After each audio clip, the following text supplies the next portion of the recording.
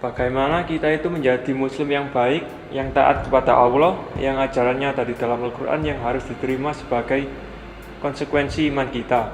Namun undang-undang di negeri kita tidak menggunakan Al-Quran dan tidak menunjang keinginan tersebut.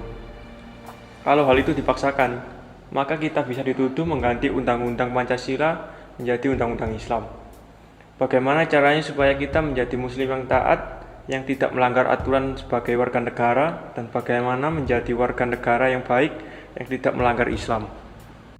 Oke, ini pertanyaan luar biasa menurut saya, karena harus dijawab dari berbagai macam disiplin ilmu. Memang kalau kita tidak memahami pelaksanaan hukum-hukum dalam Islam, maka pemikiran seperti itu wajar. Tetapi Islam di dalam melaksanakan hukum-hukumnya terbagi menjadi dua bagian. Pertama, hukum itu dilaksanakan dalam keadaan sempurna. Dan yang kedua dilaksanakan dalam keadaan darurat. Contoh, innama harrama alaikumul maitata waddama walahmal khinziri wa ma uhilla bihi li ghairillah.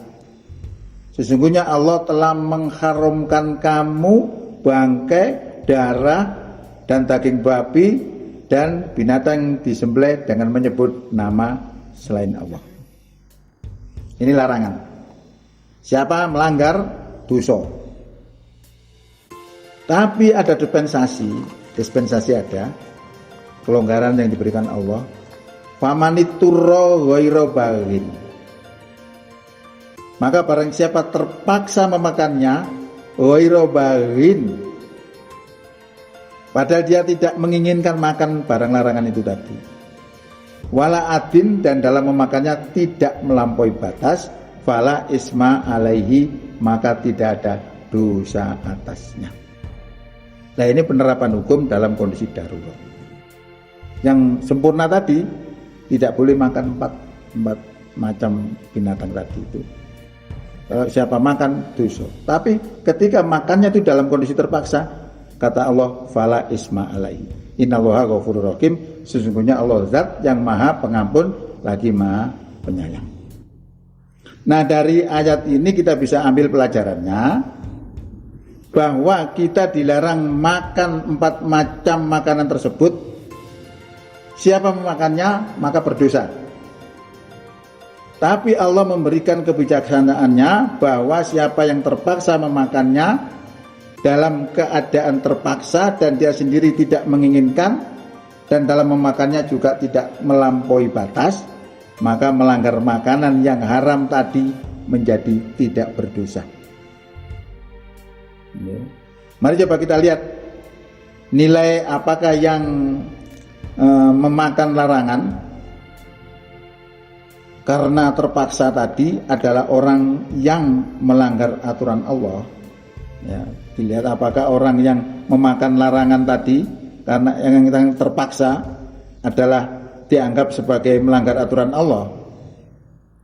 Justru dia telah melaksanakan perintah Allah, memakan larangan Allah dalam kondisi terpaksa. Kalau kita lihat mereka melanggar aturan Allah, namun hakikatnya justru dia melaksanakan aturan Allah. Nah, hal ini sebenarnya akan sama substansinya dengan ketika kita dituntut untuk taat kepada Allah melalui Al-Qur'annya. Namun kita terpaksa tidak bisa melaksanakan itu dikarenakan kita berada di wilayah suatu negara yang tidak menggunakan aturan Islam. Jadi ini sama, derajatnya sama, substansinya sama. Maka masuk kategori hukum qiyas nanti sebenarnya. Maka keberadaan kita sebagai warga negara yang berada di wilayah Indonesia yang tidak menggunakan Al-Quran sebagai undang-undangnya, maka hal itu sama dengan kita memakan larangan Allah berupa makan babi, tetapi dalam kondisi terpaksa. Ini adalah hukum qiyas. Jadi kalau kita menerima aturan-aturan Allah, itu bukan berarti kita melanggar. Kalau kita menerima aturan-aturan yang dilarang oleh Allah di negeri ini karena tidak menggunakan aturan Allah, kalau kita paksakan untuk merubah kita tidak bisa, bahkan kita akan dianggap sebagai pemberontak, dianggap sebagai pengganti ideologi, maka menuruti aturan itu sama dengan orang itu makan babi karena terpaksa, tidak berdosa. Sehingga kita bisa hidup di mana saja, walaupun itu negeri kafir, gunakanlah ilmu ini yang disebut ilmu qiyas atau ilmu toleransi dalam beragama, ini jadi penting. Dan itu nanti insya Allah ada pelajaran tersendiri.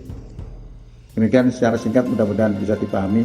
Bila taufik wal hidayah. Assalamualaikum warahmatullahi wabarakatuh.